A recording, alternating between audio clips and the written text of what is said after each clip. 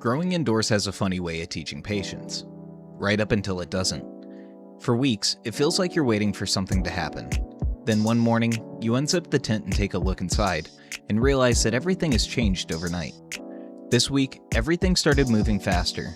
The stretch began, water consumption climbed, and every morning brought something new to manage. For the first time this grow, it felt like we weren't leading the plants anymore. We were trying to keep up.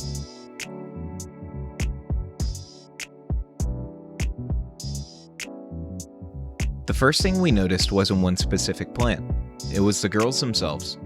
Just a week ago, every Granite Haze had its own space, and now, the canopy is beginning to close. 5 of the 6 plants have entered flower, and the room feels entirely different. With the plants entering their next stage of growth, we had decided that it was time to pull out every plant from the tent and give them a proper defoliation. Up until this point, we had mostly been making small adjustments, tucking leaves, cleaning up growth here and there. But now, it was time to really open up these plants before flower took off. The goal wasn't to strip them bare. It was to improve airflow, expose more bud sites, and most importantly, give the canopy room to absolutely thrive over the next few weeks. One thing that really surprised us though, it's not how much they were growing, but which plant had grown, and how fast. Coming into this grow, we had thought one of the other phenotypes would become the monster. Instead, the front left F6 has quietly worked its way into the lead.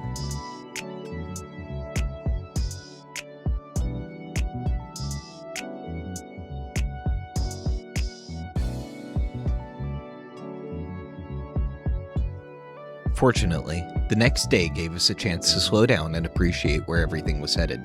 The Granite Hazes continued pushing into flower, while the Apricots were still taking their time.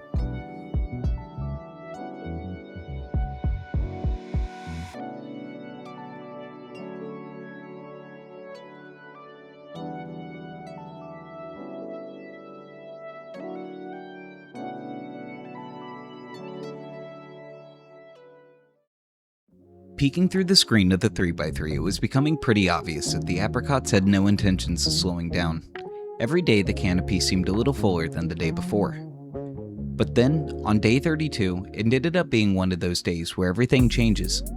We had been watching the front apricot explode with growth all week, and then suddenly it clicked.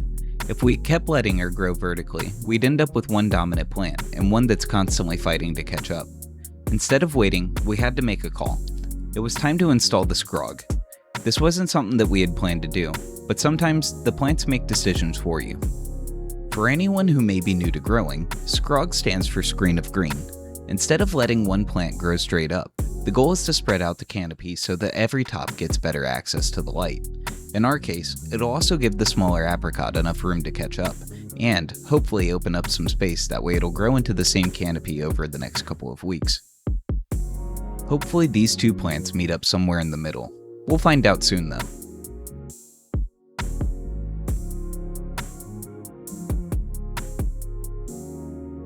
The next couple of days were a little different. We had family visiting, so instead of spending hours in the grow room, we kept things pretty simple. The girls had everything they needed, water and nutrients, so we just let them do their thing.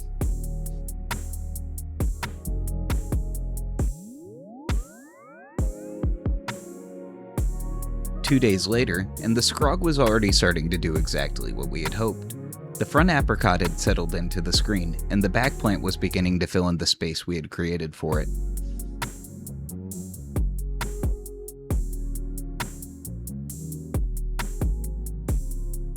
One thing that we did unfortunately start noticing was yellowing on a few of the fan leaves. At first glance, it almost looks like a nutrient deficiency. But after looking everything over, we're pretty confident that that's not what we're seeing.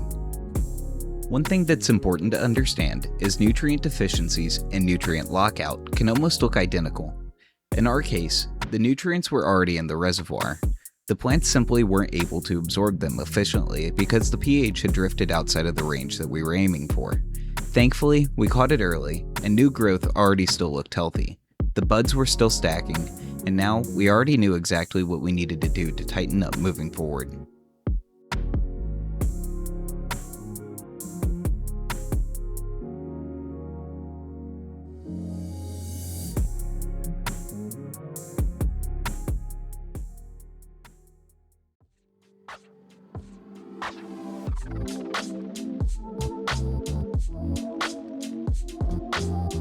On day 35, there was really nothing left for us to do except for let the plants respond to the previous stress. Sometimes, I found that it can be difficult for new growers, including myself, to accept that the plants have a hard time recovering overnight. Once the environment is corrected, the plants still need some time to catch back up, and this is exactly where we are. It was becoming clear that the damage was no longer spreading. Older leaves may never fully recover, but healthy new growth tells us much more about where the plant is headed. Sometimes, the hardest part of growing is simply giving healthy plants enough time to respond. Seeing that the damage was no longer spreading, on day 36, whenever we found the reservoirs empty, we chose not to refill them. We wanted to let the plants dry back, at least just for one night. This will give the medium a chance to dry back slightly, which helps introduce fresh oxygen back into the root zone. Everything gets a chance to breathe, including us.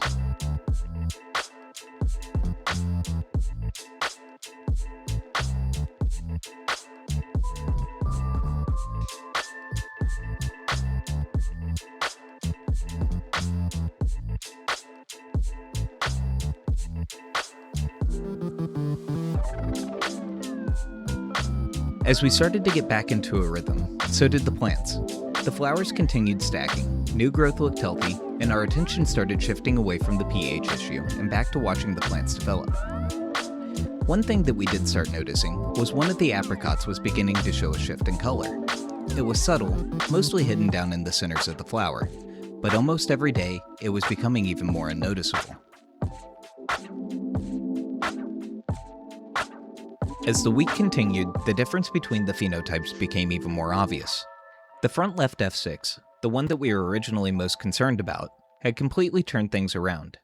It had now overtaken the center F6 and was developing into one of the strongest plants in the tent. At the same time, the front right F6 was continuing to recover. The older leaves were beginning to brown and fade away, but the flowers never stopped stacking, while over in the 3x3, the SCROG was doing exactly what we had hoped. Both apricots were growing into the net, and slowly becoming one even canopy. Over the next couple of days, the tents really started rewarding our patience. The apricots were changing almost every time we opened the tent. What started as a subtle hint of color, tucked down in the center of the flowers, was beginning to spread throughout the buds. At this point, it was obvious these plants were going to put on a show.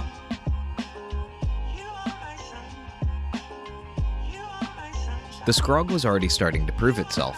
By opening up the front apricot, the back plant finally had the opportunity to hit its stretch. Instead of one plant trying to dominate the tent, both apricots were beginning to grow into the same canopy. That is exactly what we were hoping to accomplish.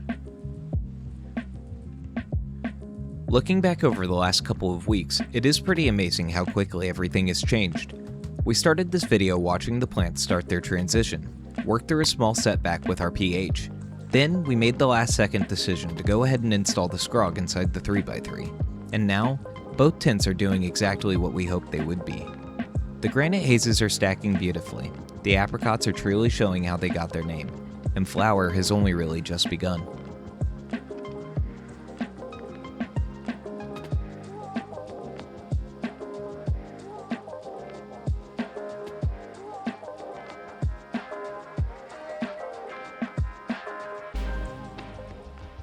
The next few weeks is where the genetics really start to separate themselves. Different colors, different flower structures, different aromas, and we have a feeling the best is still ahead.